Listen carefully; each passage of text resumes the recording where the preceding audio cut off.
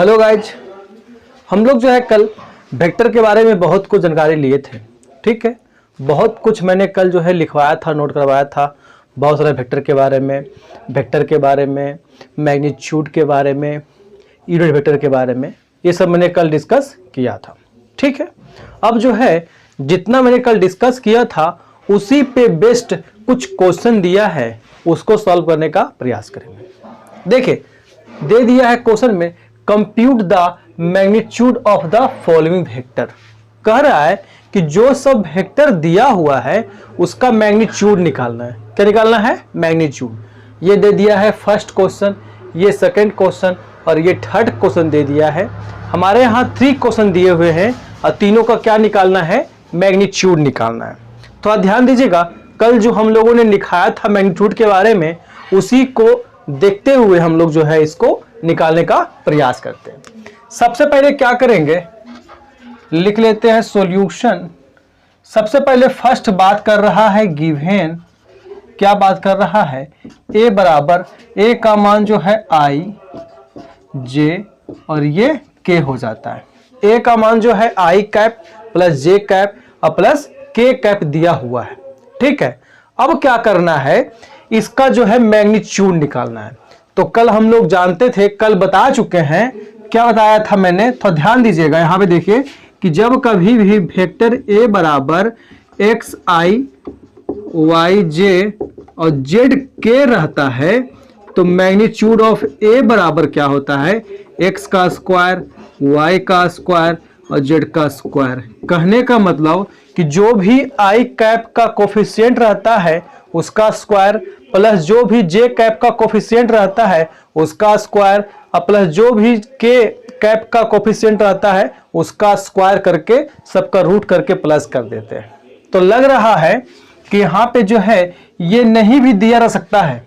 ठीक है, वेक्टर को हम लोग जो है मतलब कि एरो से डिनोट कर सकते हैं और नहीं भी रहेगा तो उसको मान लेना है कि वो वेक्टर के ही रूप में है। ठीक है, तो हम लोग जो है क्या करते हैं, a का मैग्नीट्यूड निकालने का रहा है। तो मैग्नीट्यूड ऑफ a बराबर क्या हो जाएगा? देखिए यहां पे लग रहा है कि i का कोफिशिएंट कुछ नहीं है, तो कुछ नहीं तो कम से कम 1 रहता है, तो 1 का स्क्वायर, यहां भी कुछ नहीं तो 1 का स्क्वायर, यहां भी कुछ नहीं तो 1 का स्क्वायर और सबका रूट कर दीजिए। तो हो जाएगा मैग्नीट्यूड ऑफ a बराबर 1 का स्क्वायर 1, 1 का स्क्वायर 1, 1 का स्क्वायर 1। कहने का मतलब मैग्नीट्यूड ऑफ a बराबर √3 हो जाता है। क्या होगा? ये आपका आंसर हो जाता है। ठीक है, 9। अब क्या दे दिया है? b का मान दे दिया है। ये मेरा आंसर खत्म हो गया। ठीक है, अब इसकी बात कर रहे हैं तो क्या है, दे दिया है 2i minus 7j minus 3k दे दिया है। तो मैग्नीट्यूड ऑफ b बराबर क्या होगा? जो भी इसका कोफिशिएंट रहता है उसका स्क्वायर। देखिए, और j का कोफिशिएंट यहाँ पे क्या है? -7, तो ये प्लस और ये -7 का स्क्वायर और प्लस -3 का स्क्वायर। अब यहाँ से क्या होगा, मैग्नीट्यूड ऑफ b बराबर 2 दूनी 4, 7 49 और 3 तिया 9। ठीक है, सबको जोड़िएगा तो कितना हो जाएगा? देखिए, इसको जो है आप लोग नोट कर लीजिए, ये वाला इसको मिटाते हैं। यहां से क्या हो जाएगा, मैग्नीट्यूड ऑफ b बराबर, सबको ऐड करिए ना तो हो जाएगा यहां से ये 50 और 10 60 और 2 62। कहने का मतलब जो है 62 का रूट। ये आप जोड़ सकते हैं, 9 दूनी 18, 4 22 के 2, बाकी हाथ में 1 और 4 2 6, 62 हो जाता है। ठीक है, तो ये आपका क्या हो जाएगा? आंसर हो जाएगा। अगेन पुनः दे दिया है, क्या दे दिया है? c बराबर दे दिया है 1/√3i 1/√3j और 1/√3k ये दे दिया है। तो वेक्टर c का मैग्नीट्यूड निकालना चाह रहे हैं तो हो जाएगा 1/√3 का स्क्वायर प्लस 1/√3 का स्क्वायर प्लस 1/√3 का स्क्वायर। ये हो जाएगा c बराबर क्या होगा 1/√3 का स्क्वायर होता है 1/3, क्योंकि कोई भी अगर रूट में है और उसका स्क्वायर करते हैं तो स्क्वायर दोनों हट जाता है। तो 1/3 प्लस 1/3 प्लस 1/3 तो हो जाएगा वेक्टर c बराबर, इसका एलसीएम लेंगे तो हो जाएगा 3 1 प्लस 1 प्लस 1, कहने का मतलब 3 डिवाइड बाई 3, तो ये कटेगा तो 1, मतलब कि वेक्टर c बराबर √1, कहने का मतलब 1, मतलब कि c का मैग्नीट्यूड जो होगा वह 1 के बराबर हो जाएगा। बात समझ में आया? जब कभी भी कोई वेक्टर दिया रहता है और उसका मैग्नीट्यूड निकालने कहता है तो जो भी होता है i का कोफिशिएंट उसका स्क्वायर प्लस j का कोफिशिएंट का स्क्वायर और प्लस k के कोफिशिएंट का स्क्वायर करके रूट कर देते हैं और सबको रूट में ही जोड़ दिया जाता है और जो निकल के आता है वो उसका मैग्नीट्यूड हो जाता है, जैसा कि हम लोगों ने ये 3 क्वेश्चन में कंफर्म किया है। तो इतना को नोट करिए, फिर हम लोग जो है इसको आगे करते हैं।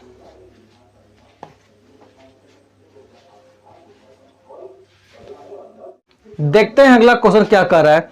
दे दिया है, कर रहा है इन द गिवन फिगर, क्या कर रहा है in the given figure identify the following vectors, कर रहा है कि जो फिगर दिया हुआ है उससे हमको क्या है आइडेंटिफाई करना है। क्या क्या फाई करना है?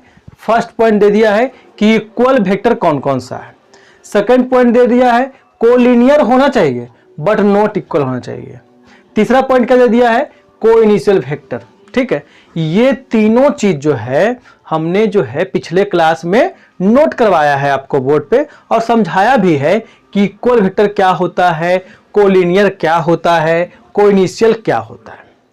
ठीक है, तो हम लोग बात करते हैं क्या इक्वल वेक्टर की। सबसे पहले बात करते हैं इक्वल वेक्टर।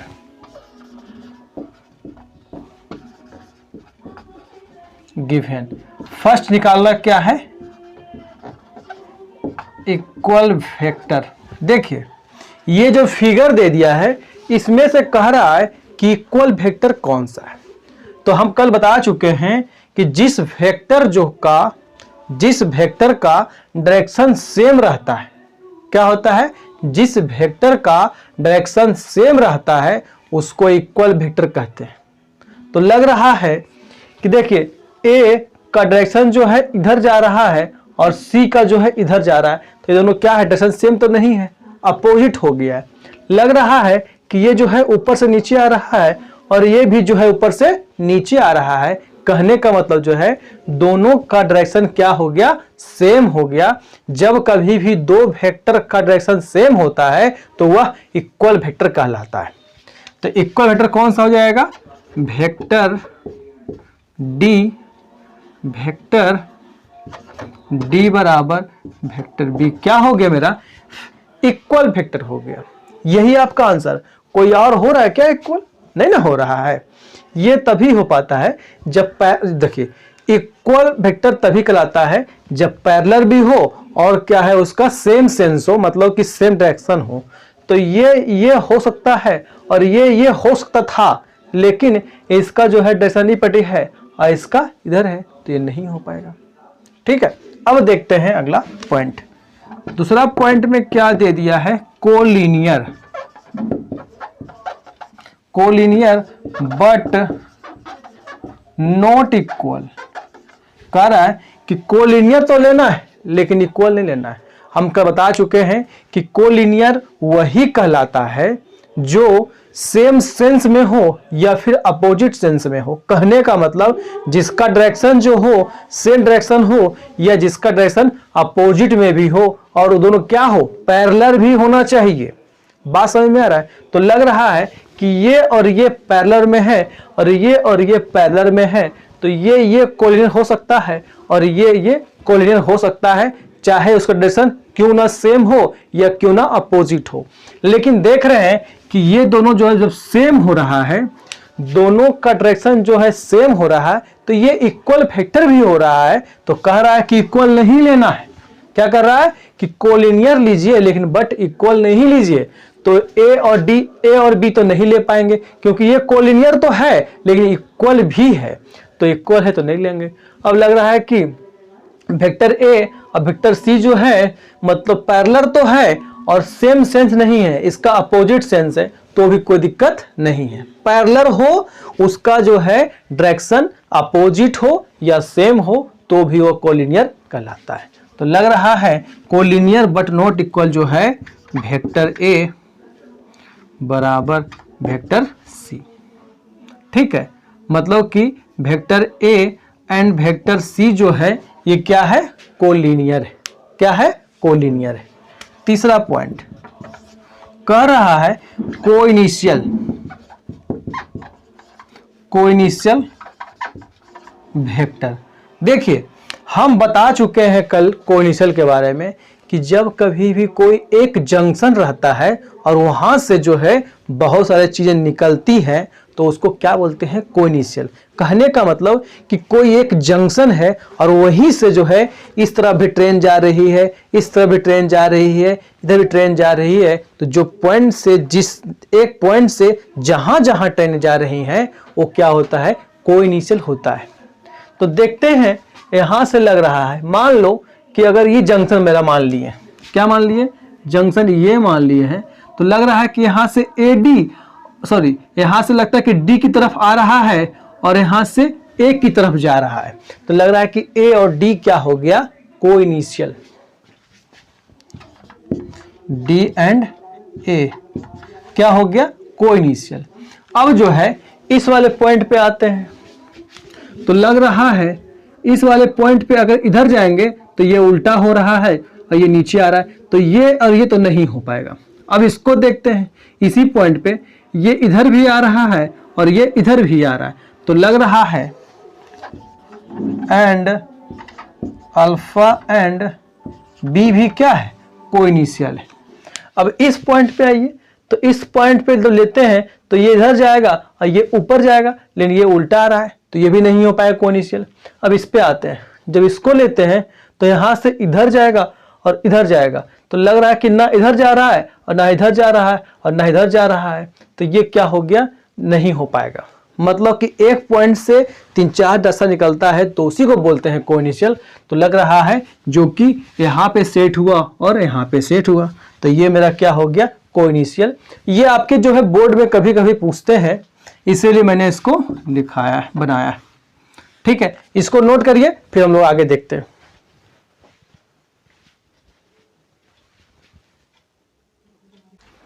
देखते हैं अगला क्वेश्चन क्या कह रहा है।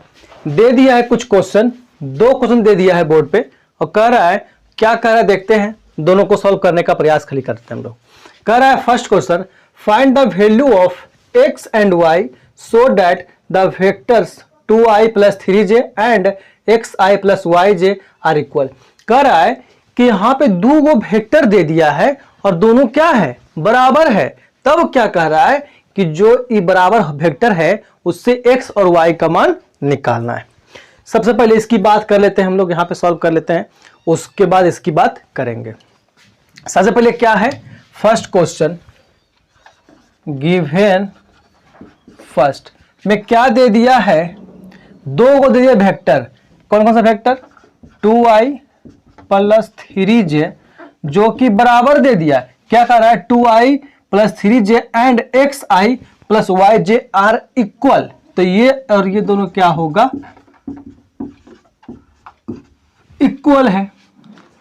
तब क्या कर रहा है कि x और y का मान निकालना है। हम बता चुके हैं, क्या बता चुके हैं कि जब कभी भी 2 वेक्टर अगर आपस में बराबर रहता है, तो ध्यान दीजिएगा, यहाँ पे थोड़ा नोट में लिखा भी देते हैं हम लोग। नोट में क्या लिख लीजिएगा, अगर नहीं लिखे होंगे तो नोट में क्या लिख रहा है कि a का मान अगर xi और yj और zk रहता है और b का मान pi + qj और rk है। अब कह दे, क्या कह दे, इफ यदि वेक्टर a बराबर वेक्टर b है, मतलब कि 2 को दे दिया है वेक्टर और कह भी दिया है कि a और b क्या है, आपस में बराबर है।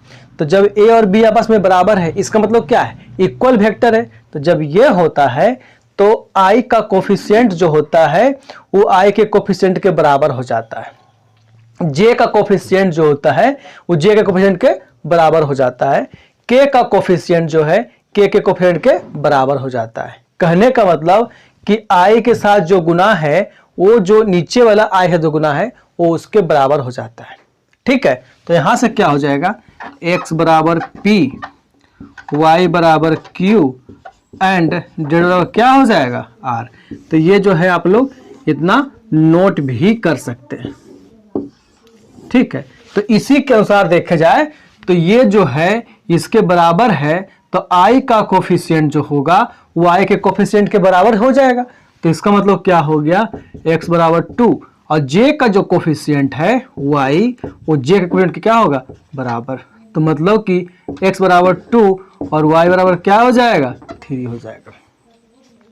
ठीक है, ये जो है आप लोग नोट कर लीजिएगा। ठीक है, अब जो है इसके आगे हम लोग देखते हैं, इसको बनाते हैं।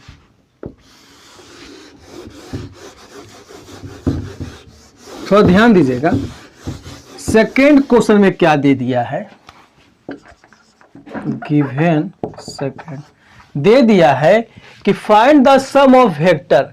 कुछ वेक्टर दे दिया है, उसको जोड़ने का प्रयास करना है। क्या कर रहा है, find the sum of vector, मतलब वेक्टर ए का मान दे दिया है, बी का मान दे दिया है और सी का मान दे दिया है, तो तीनों को जोड़ दीजिए।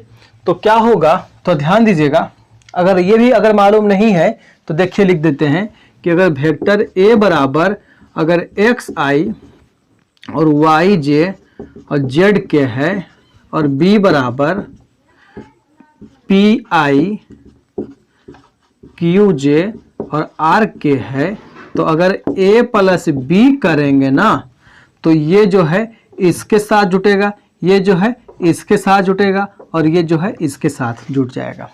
सबसे पहले क्या करेंगे, लग रहा है कि X I plus P I Y J plus Q J Z K plus R K जाएगा vector A plus vector B बराबर, देखिए यहाँ से आई कॉमन तो x plus P I Y plus Q J Z plus R K, मतलब कि i का coefficient जो है i के कोफिशिएंट के साथ जुड़ जाता है और यहाँ पे i लिखा जाता है, j का कोफिशिएंट j के साथ जुड़ जाता है, फिर j लिखा जाता है, k का भी k के साथ जुड़ जाता है और उसको बार के लिखा जाता है। तो यहाँ से क्या हो जाएगा, A B C A plus B plus C करेंगे तो ए का मान क्या है, तो ध्यान दीजिएगा, ए बी सी करेंगे तो यहाँ से क्या होगा, ए का मान कितना है आई माइनस 2j प्लस के हो जाएगा, यहाँ से minus 2i plus 4j plus 5k plus i minus 6j minus 7k। अब जो है देखिए कास्ट बाय कास्ट जुड़ता है, i जुटेगा i के साथ, j जुटेगा j के साथ और k जुटेगा k के साथ। तो i माइनस 2i, देखिए i प्लस i 2i और ये माइनस 2i तो ये कट जाएगा, माइनस 2j देखिए और माइनस 6j माइनस 8j और प्लस 4j मतलब माइनस 4j। ठीक है, k और 5k 6k minus 7k minus k। कहने का मतलब जो हुआ vector a plus vector b plus vector c बराबर जो हो गया माइनस 4j माइनस k, ये आपका क्या हो जाता है आंसर। इसको भी आप लोग जो है ये एडिंग की बात हो गई। ठीक है, तो इसको जो है नोट कर लीजिए, फिर हम लोग जो आगे और करते हैं। समझ में आप लोग को आ गया होगा। इक्वल वेक्टर जो होता है i का कोफिशिएंट i के साथ बराबर होता है j का कोफिशिएंट j के, अगर k होता तो k हो जाता। ये हो गया इक्वल वेक्टर की बात हो गया। जब कभी भी जोड़ कह दे कि बहुत सारा वेक्टर दे दिया है और सबका सम निकालना है तो सबको जो है जोड़ के लिख देना है और जो जिसके साथ जुड़ेगा जोड़ देंगे उसको हम लोग। ठीक है, इसको नोट करिए, फिर हम लोग आगे देखते हैं।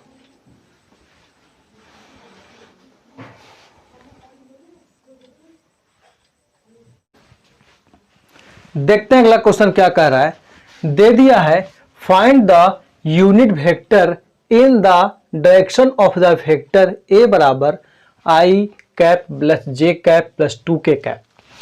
मतलब कि ए दे दिया है, वेक्टर ए दे दिया है और कह रहा है कि इसी का जो है यूनिट वेक्टर निकालिए। तो हम बता चुके हैं यूनिट वेक्टर कैसे निकलता है, देखते हैं। थोड़ा ध्यान दीजिएगा यहाँ पे, मैं भी इसकी बात कर रहा हूँ, फर्स्ट की बात कर रहा हूँ, सेकंड की नहीं। सॉल्यूशन गिवन फर्स्ट क्या दे दिया है, ए बराबर, मतलब कि ए कह रहा था वेक्टर ए दे दिया है, क्या दे दिया है, आई कैप प्लस जे कैप प्लस 2k कैप दे दिया है। तो कह रहा है कि निकालना है यूनिट वेक्टर। तो हम लिखा चुके हैं यूनिट वेक्टर ये होता है ए कैप, जिसको हम लोग बोलते हैं या फिर ए हेड से डिनोट करते हैं यूनिट वेक्टर को। तो ये हो जाता है vector A divide by magnitude of vector A हो जाता है। यूनिट वेक्टर ए बराबर क्या होता है, vector A divide by magnitude of A हो जाता है। ठीक है, तो सबसे पहले बात करेंगे, देखिए मैग्नीट्यूड निकलता कैसे है और देखिए कैसे निकलता है। मैग्नीट्यूड ऑफ ए बराबर निकाल लेते हैं 1 का स्क्वायर, मतलब कि आई के साथ जो कोफिशिएंट रहता है उसका स्क्वायर प्लस 1 का स्क्वायर और प्लस 2 का स्क्वायर। तो हो जाएगा मैग्नीट्यूड ऑफ ए बराबर 1 प्लस 1 प्लस 4, कहने का मतलब √6। इसीलिए यूनिट वेक्टर ए कैप बराबर क्या हो जाएगा, वेक्टर ए मतलब आई प्लस जे प्लस 2k और डिवाइड बाय √6 चाहिएगा। तो इसको अलग अलग 1/√6 आई, 1/√6 जे, 2/√6 के, ये क्या हो जाएगा, आपका आंसर हो जाएगा। ठीक है, अब देखिए चाहिएगा तो सेकंड वाला भी इसको हम लोग यहाँ पे सॉल्व कर सकते हैं। गिवन ये भी क्या कह रहा है सेकंड, तो ध्यान दीजिएगा, कह रहा है फॉर गिवन वेक्टर ए बराबर इतना एंड बी बराबर इतना। ठीक है, then find the unit vector in the direction of the vector A plus B. कह रहा है कि इसका भी जो है यूनिट वेक्टर निकालना है, लेकिन कब, जब a प्लस बी कर देंगे तब। तो सबसे पहले क्या करना होगा, a प्लस बी करना होगा। तो a का मान पहले दे दिया है, क्या दे दिया है भाई, 2i माइनस जे और ये 2k। b का मान दे दिया है -i प्लस जे और ये -k दे दिया है। सबसे पहले जो है वेक्टर a प्लस बी, तो इसको हम लोग जो है वेक्टर लगा सकते हैं और नहीं भी लगा सकते हैं। तो जाएगा 2i माइनस जे और प्लस 2k, ये -i प्लस जे -k। तो जाएगा a प्लस बी जो होगा, देखिए i जुड़ता है i के साथ, तो 2i माइनस i क्या होता है, i माइनस जे और प्लस जे कट जाता है, ये 2k माइनस k हो जाता है। ठीक है, अब जो है a प्लस बी जो निकल के आया है उसका निकालना है यूनिट वेक्टर। तो क्या होगा, a प्लस बी का जो है निकालना है यूनिट वेक्टर। तो क्या हो जाएगा, a प्लस बी का जो वेक्टर है, ठीक है, इसका जो जुट के वेक्टर आया है और इसी का क्या होगा, मैग्नीट्यूड हो जाएगा। तो सबसे पहले जो है इसका मैग्नीट्यूड निकालते हैं। वेक्टर a प्लस बी का जो मैग्नीट्यूड होगा ये हो जाएगा 1 का स्क्वायर इसका प्लस 1 का स्क्वायर, मतलब √2 हो जाएगा। तब क्या होगा, unit vector a plus B क्या हो जाएगा, i प्लस जे और √2। कहने का मतलब 1/√2i 1/√2j, ये आपका आंसर हो जाएगा। ठीक है, क्वेश्चन जो है सेम ही दिया हुआ था, बस इसमें भी निकालना था यूनिट वेक्टर, लेकिन a प्लस बी करने के बाद। तो a प्लस बी का निकाल दिए हम लोग यहाँ पर, ये तो निकल के आया है। ठीक है, इतना को आप लोग नोट करिए, फिर हम लोग जो है कुछ आगे देखने का प्रयास करते हैं।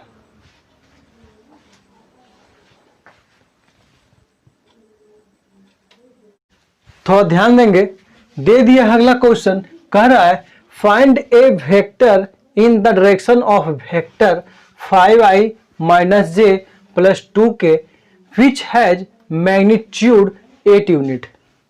दे तो समझना इस चीज को, क्या कर रहा है कि जो वेक्टर जो दिया हुआ है उसको यूनिट वेक्टर निकालना है, लेकिन कब, जब उसका जो है यूनिट 8 हो, मतलब कि जो निकल के आवेगा मेरा यूनिट वेक्टर, उसको क्या करना होगा, 8 से गुना करके भी निकालना होगा। अगर मान लिया जाए कि इसको हम लोगों ने a मान लिया, क्या मान लिया, a मान लिया, तो a का क्या होगा, निकलेगा यूनिट वेक्टर, और उसी को क्या कर रहा है कि जो निकल के आया है उसको क्या करना है, 8 से मल्टीप्लाई करना है और उसको निकालना है। तो सबसे पहले क्या करते हैं, जो गिवन है उसको हम लोग लिख लेते हैं, लेट वेक्टर a बराबर 5i minus j plus 2k। अब जो है यूनिट वेक्टर निकालिए, यूनिट वेक्टर, वेक्टर a बराबर क्या होता है, मैग्नीट्यूड ऑफ a, और सॉरी a बटा मैग्नीट्यूड ऑफ a हो जाता है। तो पहले सबसे पहले क्या निकलेगा, मैग्नीट्यूड ऑफ a निकाल लीजिए, तो क्या हो जाएगा 5 का स्क्वायर माइनस 1 का स्क्वायर और ये 2 का स्क्वायर, तो जाएगा 5 गुने 5 25, 1 और प्लस 4, सब मिला के क्या होगा 30। ठीक है, तो क्या हो जाएगा, यूनिट वेक्टर जो होगा, वेक्टर a का बराबर क्या होगा 5i minus j plus 2k और डिवाइड बाई √30। ये तो निकल के आया मेरा एक यूनिट का निकल के आया है, लेकिन लेना कितना मैग्नीट्यूड, 8 यूनिट का लेना है। अकॉर्डिंग टू क्वेश्चन, क्वेश्चन के अनुसार क्या कर रहा है कि जब यहाँ पे 8 यूनिट लेंगे, जब यहाँ पे 8 यूनिट लेंगे तो यहाँ भी तो लेना पड़ेगा 8 यूनिट, तो यहाँ भी 8 से गुना कर लीजिए, 5i minus J 2k divide by √30। Hence 8a बराबर, सब में 8 से गुना कर दिए, 8 पचे 40 √30i माइनस 8/√30j, ये प्लस 8 दूनी 16 √30ij के, ये आपका क्या हो जाएगा आंसर।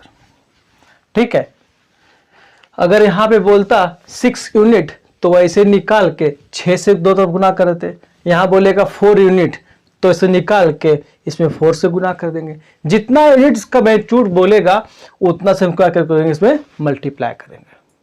ठीक है, इतना को नोट करिए, फिर इसके आगे हम लोग करते हैं।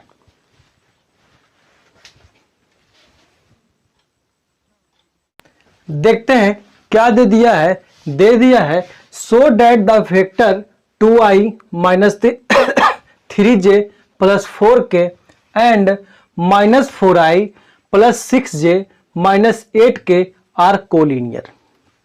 हम जानते हैं कि जब कभी भी दो गो फंक्शन दो गो वेक्टर अगर दे दिया रहे और कहे कि उसको दिखाना है कोलिनियर, तो हम बता चुके हैं कोलिनियर के लिए कि वेक्टर a बराबर लेमडा वेक्टर b होना चाहिए, और जहां पे lambda belongs to real number 0 को छोड़ के हम क्या बता चुके हैं।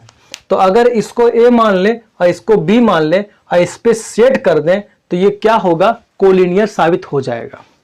देखते हैं, सबसे पहले बात करते हैं गिवन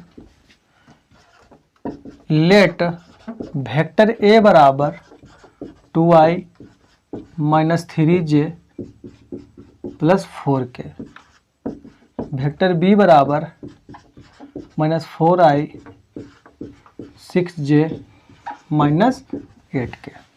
ठीक है, अब क्या करते हैं, इस पे हम लोग सेट करने का प्रयास करेंगे।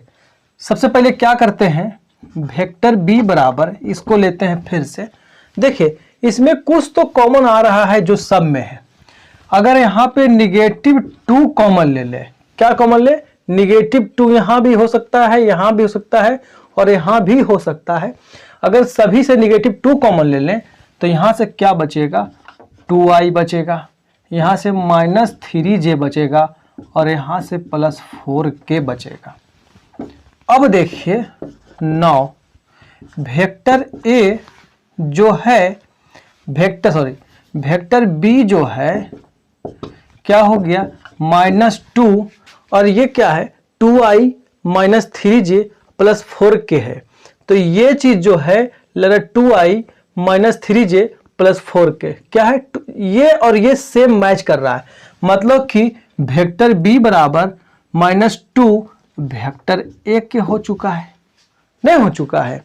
मतलब कि ये जो आया है मान, ये मान जो है ए के बराबर है, तो इसके जगह पे मैंने ए का मान ए रख दिया। तो लग रहा है कि यहाँ पे ए बराबर लेमडा बी जब हो जाता है तब क्या होता है, ये कोलिनियर हो जाता है। तो मतलब कि वेक्टर बी बराबर लेमडा वेक्टर ए नहीं हो रहा है। और हम जान रहे हैं कि यहाँ पे जो लेमडा का मान होता है रियल नंबर, मतलब कि कोई भी संख्या हो सकता है 0 को छोड़ के। तो लग रहा है कि यहाँ पे क्या हो गया, hence given vector is collinear proved. कैसे वो समझ में आया, हम बता चुके हैं कल कि जब दो को वेक्टर दिया रहता है तो वेक्टर ए बराबर लेमडा वेक्टर बी होता है, और जो लेमडा का मान होता है कोई भी रियल नंबर हो सकता है 0 को छोड़ के। तो वही तो हुआ है।